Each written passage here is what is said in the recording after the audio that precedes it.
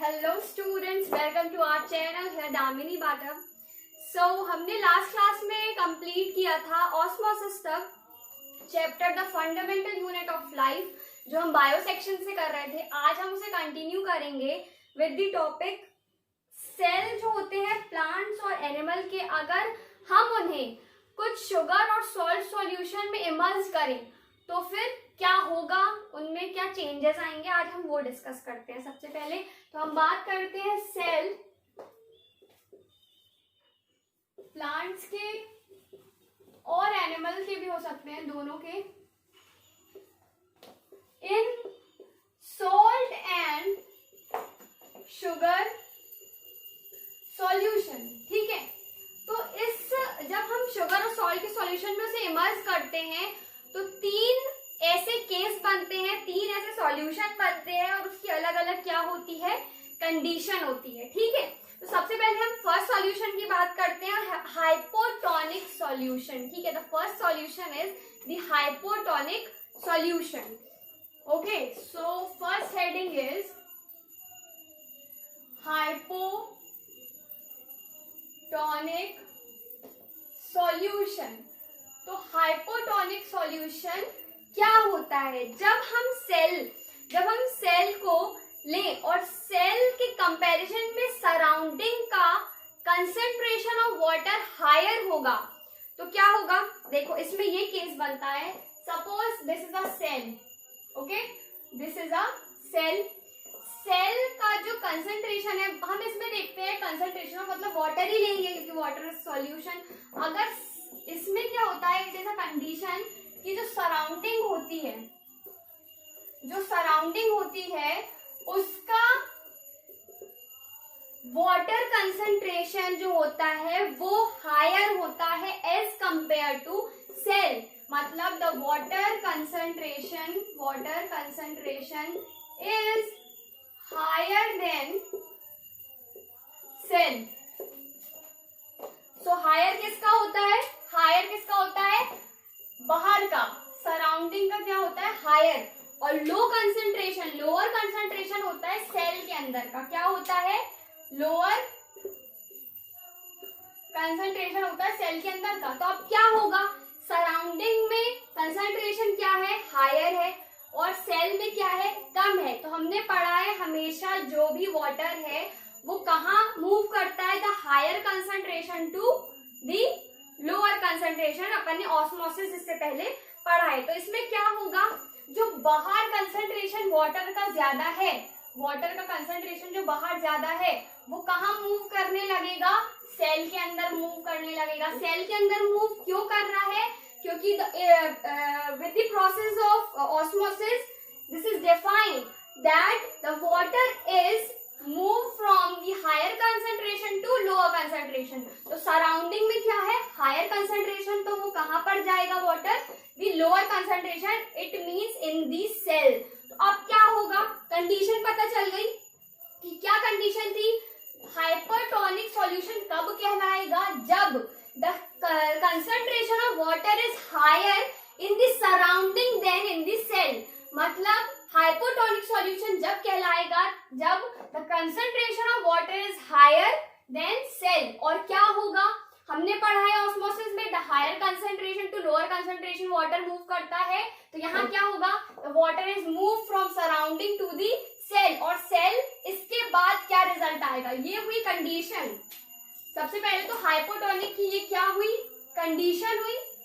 अब इसका रिजल्ट क्या आएगा, इसका रिजल्ट ये आएगा जो सेल होगा, क्योंकि मूवमेंट क्या हो रहा है, ये मूवमेंट क्या हो रहा है, ये मूवमेंट क्या हो रहा है,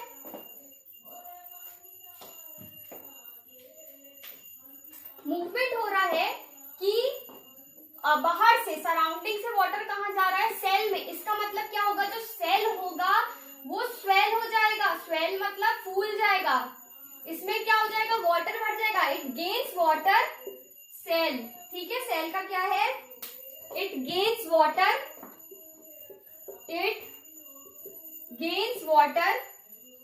and swell up. What, swell up. इसका मतलब कि इन हाइपोटोनिक कंडीशन आपको पता है the concentration of water is higher in surrounding than cell, then the water is move toward the cell and in the cell because of water is filling so the cell is gain water and swell up, मतलब जो cell होगा वो क्या हो जाएगा, swell up हो जाएगा। तो सबसे पहली कंडीशन हमने कौन सी पढ़ी है, हाइपोटोनिक सॉल्यूशन की कंडीशन हमने पढ़ी, उसका रिजल्ट देखा कि क्या होता है। ठीक है, अब जो ये गेन होता है और जो स्वेल होता है इसको हम कहते हैं एंडोस्मोसिस। क्या बोलते हैं, एंडोऑस्मोसिस। क्या बोलते हैं, ENDOS ऑस्मोसिस। ये आप कहीं पर लिख लीजिए कि जो process in which the cell gains water and swell up is known as endosmosis. ठीक है, नाउ हम इसकी सेकेंड कंडीशन की बात करते हैं। I hope you clear that hypotonic solution में क्या कंडीशन होती है और उसका रिजल्ट क्या होता है। ठीक है, अब हम पढ़ते हैं हाइपोटोनिक के बाद आइसोटोनिक कंडीशन, मतलब आइसोटोनिक सॉल्यूशन के बारे में हम पढ़ते हैं। चलिए, आइसोटोनिक सॉल्यूशन क्या होता है and what is condition and what is the result of it. सबसे पहले हम बात करते हैं आइसोटोनिक सॉल्यूशन की। सेकेंड है ये आइसोटोनिक सॉल्यूशन।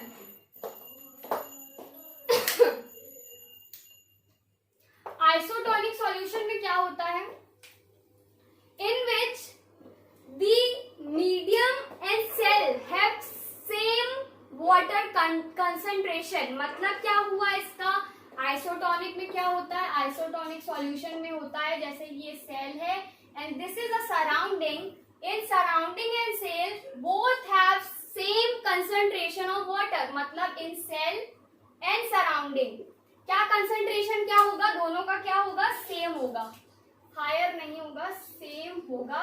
और इसमें भी उतना ही होगा जितना यहाँ है, मतलब सेम कंसंट्रेशन होगा, सेम कंसंट्रेशन होगा। इसका क्या मतलब है, मतलब वाटर जो होगा वो बाहर मूव करेगा, फिर अंदर से बाहर, बाहर से अंदर, अंदर से बाहर, मतलब the cell will remain same. Cell में कोई भी फर्क नहीं आएगा, ना वो स्वेल अप होगा ना श्रिंक होगा।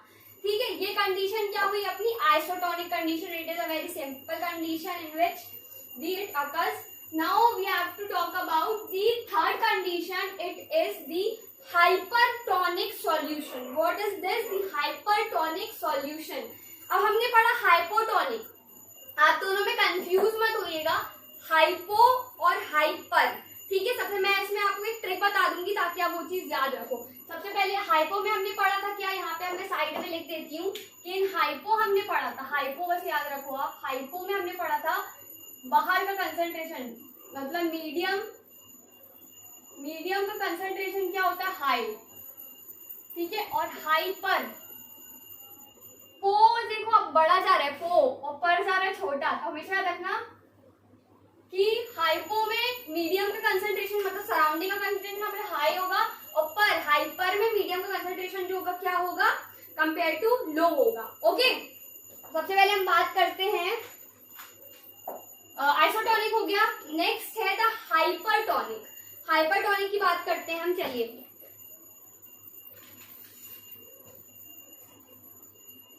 इन हाइपरटोनिक यहीं पे लिख लेते हैं, थर्ड इज हाइपरटोनिक सॉल्यूशन। ठीक है, हाइपरटोनिक में क्या होता है, मीडियम का कंसंट्रेशन क्या होता है, लो होता है। ठीक है, मीडियम का कंसंट्रेशन क्या होता है, हाइपर में मीडियम का कंसंट्रेशन क्या होता है, लो होता है, मीडियम का कंसंट्रेशन होता है लोअर, और जो सेल का कंसंट्रेशन होता है वो क्या होता है, वो होता है higher. Cell concentration will be higher होता है।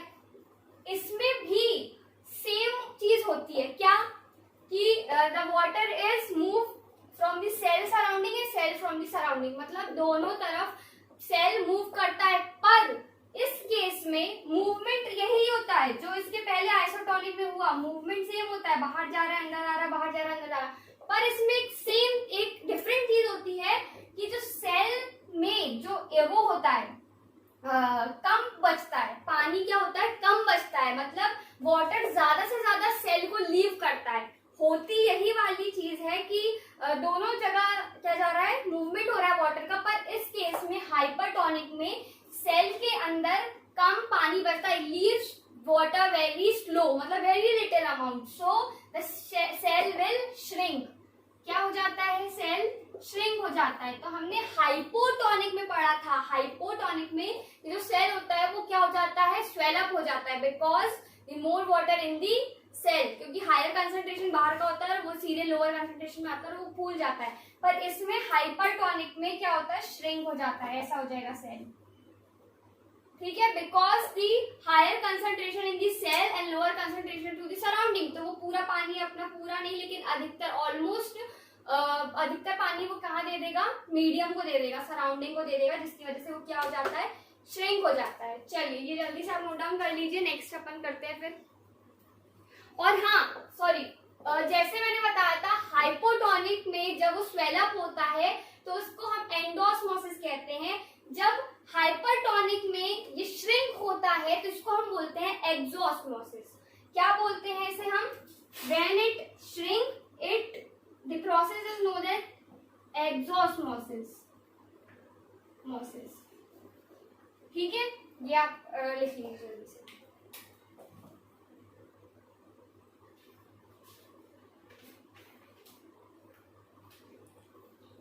चलिए तो नेक्स्ट हम कर रहे हैं स्टार्ट। हमने इसके पहले छोड़ा था, जो मैंने बताया था आपको, इसके पहले हमने किया था प्लाज्मा मेम्ब्रेन, ठीक है। अब हमारे पास कुछ टॉपिक बचे हैं जैसे कि cell wall, cytoplasm and nucleus. तो आज हम वही करेंगे। तो सबसे पहले हम बात करते हैं सेल वॉल के बारे में, ठीक है।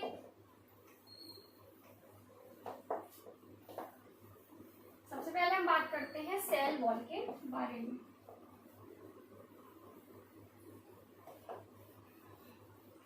चलिए तो सेल वॉल क्या है, इससे पहले हमने क्या पढ़ा था, इससे पहले हमने पढ़ा था प्लाज्मा मेम्ब्रेन, जिसे हम सेल मेम्ब्रेन भी कहते हैं, ठीक है। तो आज का टॉपिक पहला है, दूसरा लिख लेते हैं क्योंकि पहला प्लाज्मा मेम्ब्रेन था, सेल वॉल।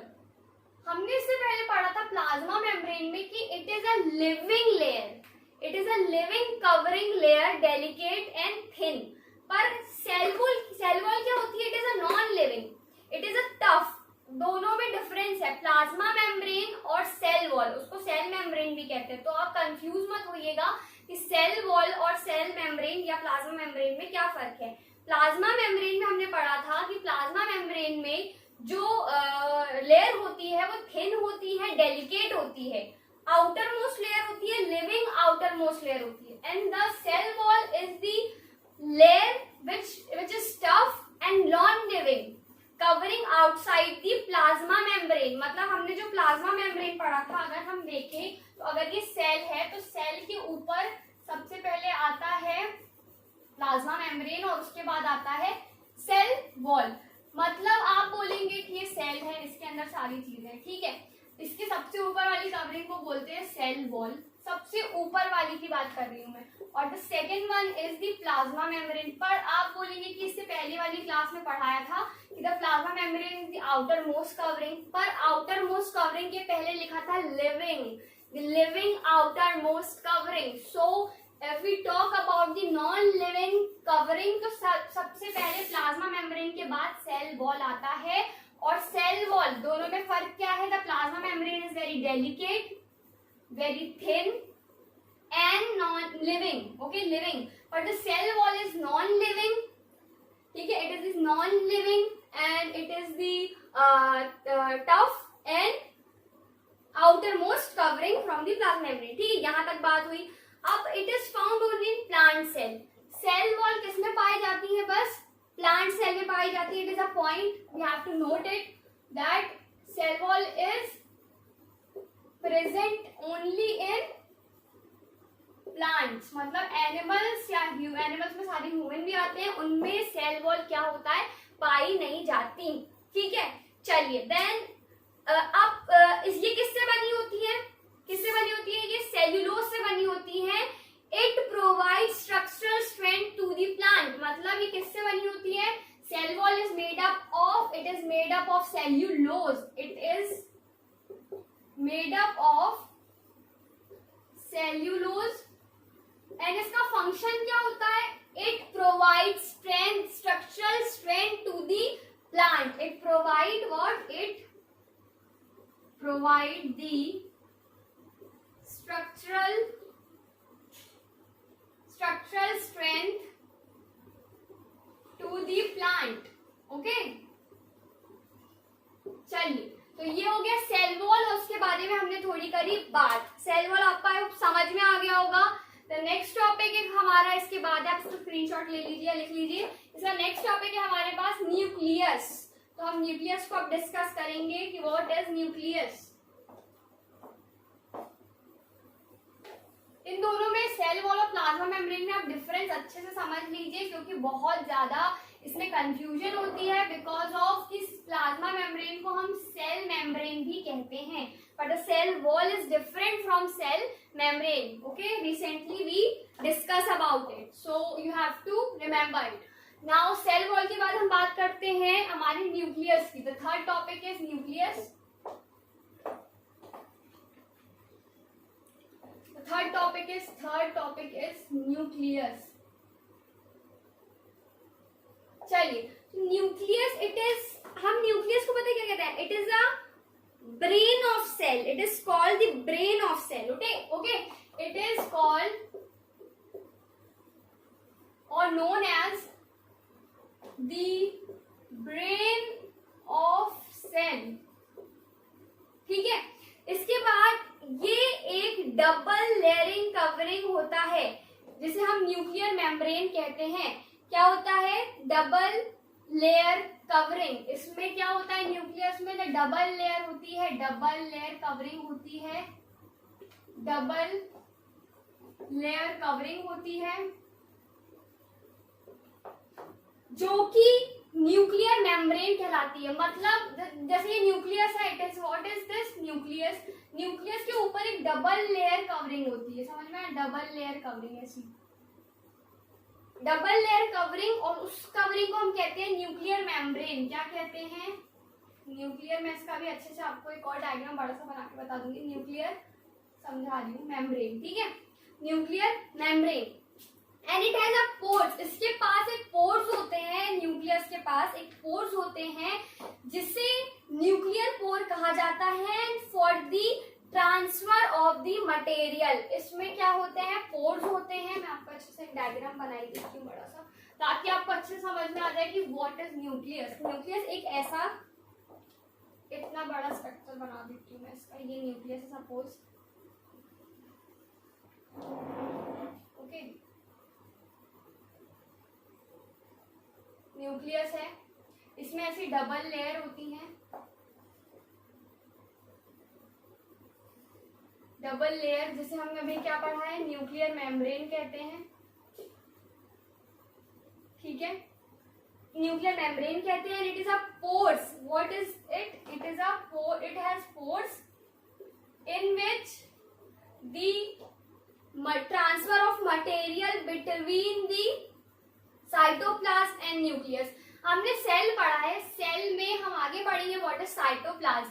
तो इसके सराउंडिंग जो होता है ना, वो पूरा साइटोप्लाज्म होता है. Okay, we have to discuss later about it, but we have to know that the nucleus is inside the cell and in the cell enclosed with cytoplasm. मतलब ये पूरा साइटोप्लाज्म के इनक्लोज्ड होता है. तो इसके साइटोप्लाज्म, मतलब ये अगर साइटोप्लाज्म है, cytoplasm is a type of liquid. Okay, so inside the cell cytoplasm और न्यूक्लियर के बीच में जो भी ट्रांसपोर्ट होता है, जो भी ट्रांसफर होता है मटेरियल का, वो इस पोर्स के थ्रू होता है. ठीक है, ये हो गया पोर्स वाला. हम इसे क्या कहते हैं? पोर्स को हमने भी पढ़ा, न्यूक्लियर पोर हम इसे कहते हैं. न्यूक्लियर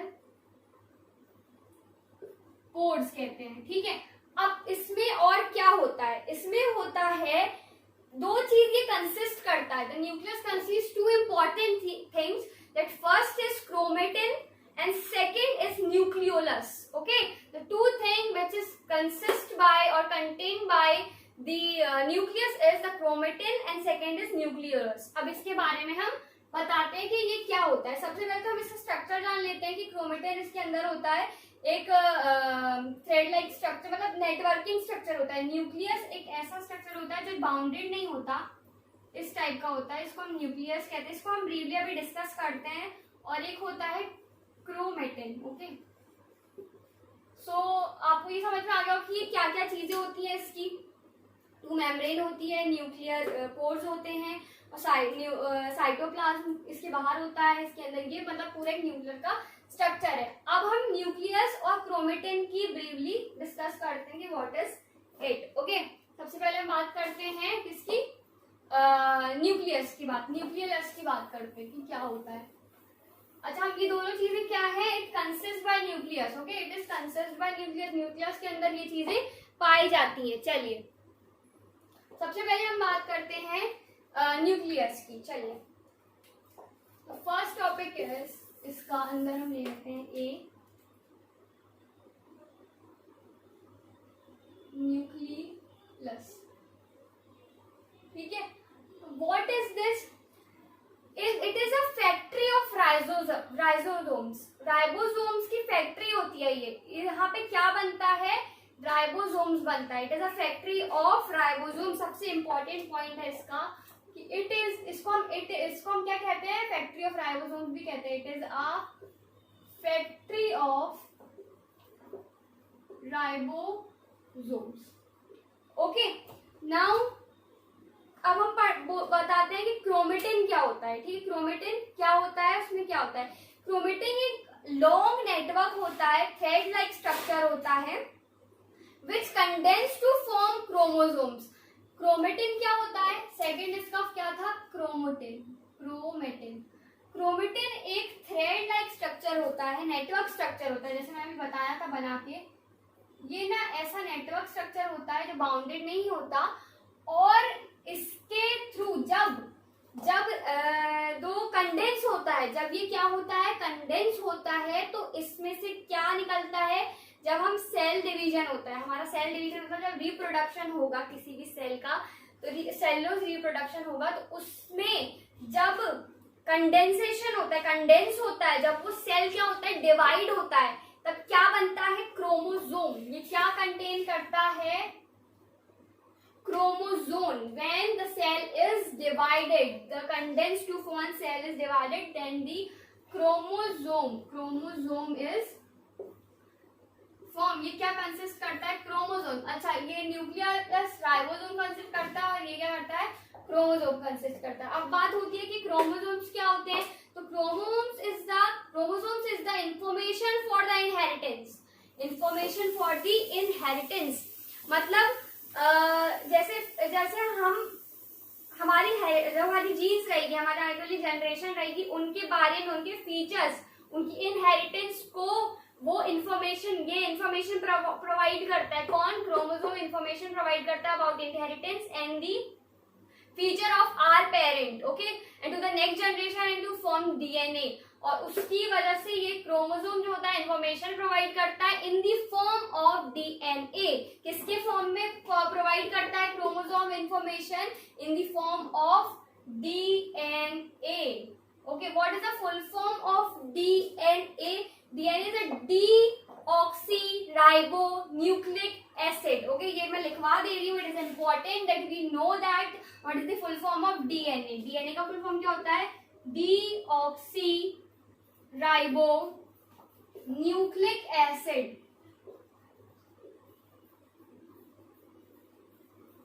ठीक है, न्यूक्लिक एसिड। डीएनए के फॉर्म में वो क्या करता है, ये सारी इंफॉर्मेशन क्या करता है, प्रोवाइड करता है। ओके, नाउ ये कैसा होता है क्रोमोसोम ना, एक क्रोमोसोम जो होता है वो थ्रेड लाइक स्ट्रक्चर मैंने आपको बताया था।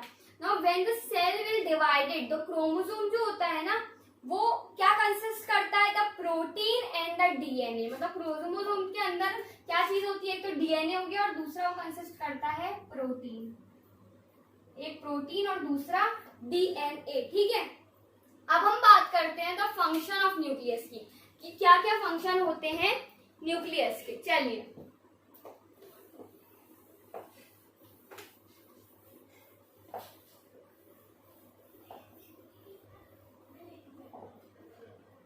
topic is the function of nucleus. Function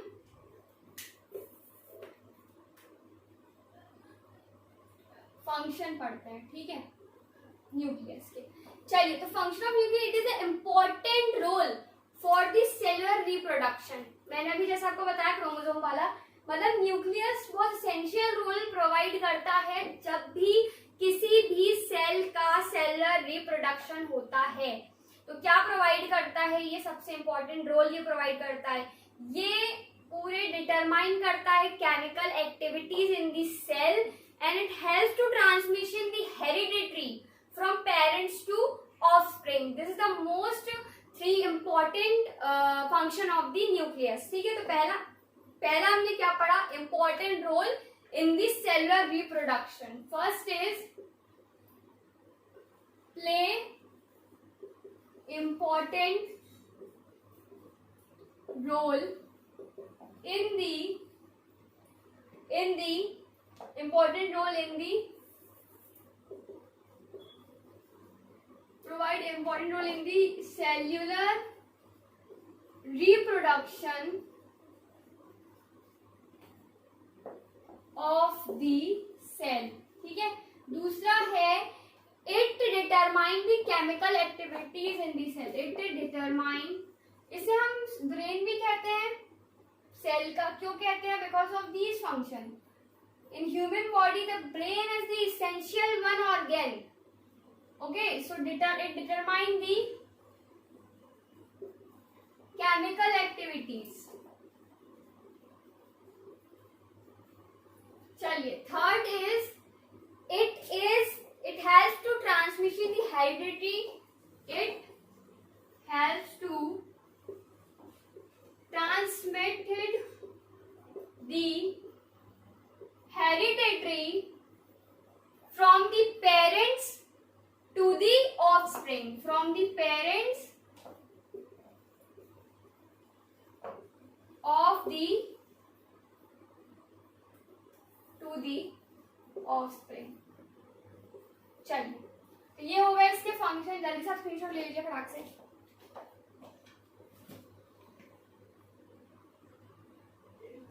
चलिए, तो हम लास्ट टॉपिक आज का स्टार्ट करते हैं, द साइटोप्लाज्म, जो आज का लास्ट टॉपिक है। इससे हमारे जो 3 मेन फीचर्स थे और 3 मेन थिंग्स थी हमारे सेल की, वो हम कंप्लीट करेंगे। So cytoplasm is the last topic.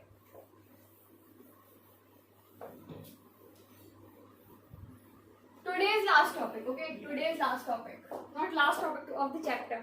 चलो, the cytoplasm. Cytoplasm is the last topic of today. चलो, cytoplasm क्या है? It is a large region cell. It is a large region of the cell.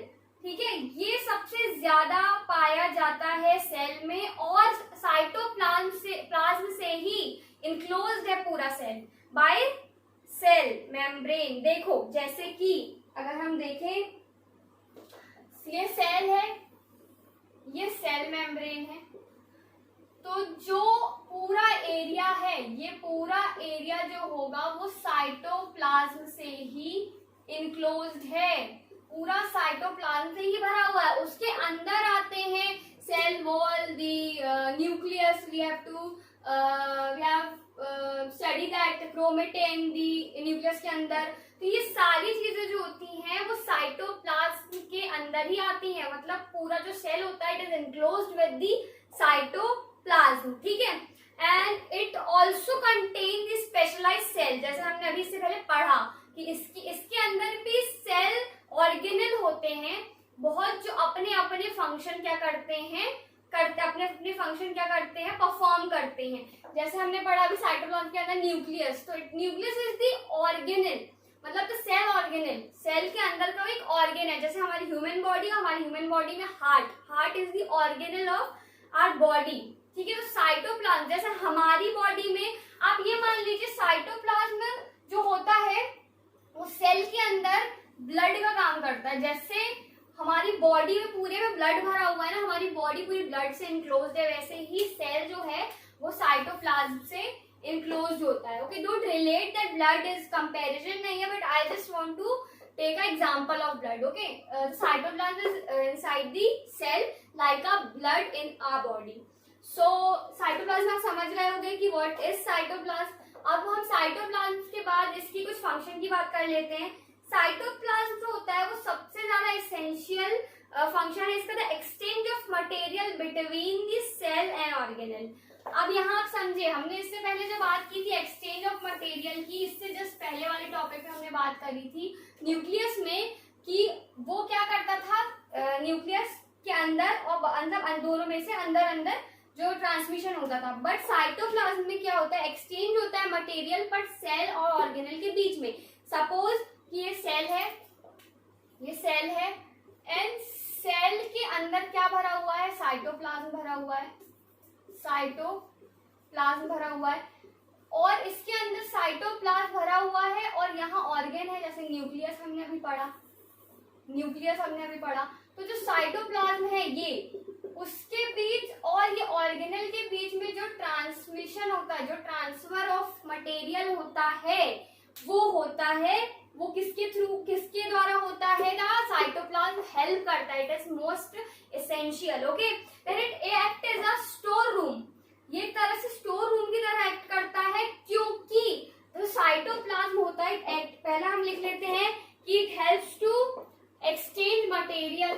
Function इसका सबसे पहला function है कि it helps to exchange the material, it helps to exchange the material between the cyto मतलब the cell and the cell organelle, the cell and the cell organelles. Okay, the second point is it helps to it act as a what, it act as a storeroom. It acts as a storeroom of cell. It acts as a storeroom of the cell. Okay, why is a storeroom of the cell? Because it consists the vital means the essential or important molecules like amino acid, iron, glucose and vitamin. मतलब it consists or it contain vital molecules like what, vitamin, ठीक है, vitamin, iron,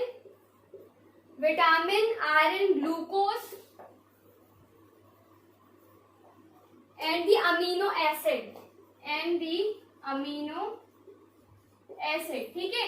तो इसकी वजह से इसे हम क्या कहते हैं, स्टोर रूम कहते हैं। तो वन वर्ड क्वेश्चन और वन वर्ड आंसर में ये आ सकता है कि स्टोर रूम क्यों कहा जाता है किसे, साइटोप्लाज्म को, बिकॉज इसका आंसर होगा it contain what, it contain vitamin, glucose and amino acid like molecules. Okay, so हम आज का क्वेश्चन दे देते हैं।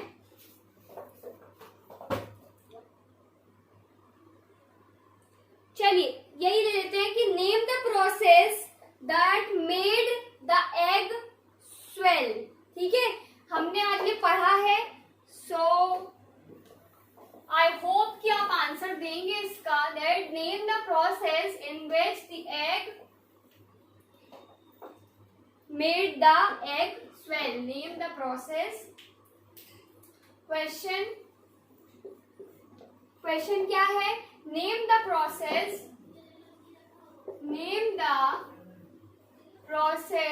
that made the egg swell।